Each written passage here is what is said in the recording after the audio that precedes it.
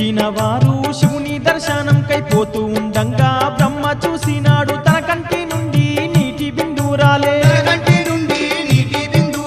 ఆ నీటి బిందులో ఓయమ్మ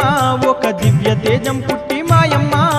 శివనామంతోనే పుట్టినా నేను రుద్రుణ్ణి అన్నాడు బ్రహ్మతో ఆ శివుని చరితాన్ని వినరమ్మా ఈశ్వరుని లీలలు కనరమ్మా ముక్కంటి శివుని కథ విన్నా జన్మ ధన్యమౌనే మాయమ్మ ఆ శివుని చరితాన్ని వినరమ్మా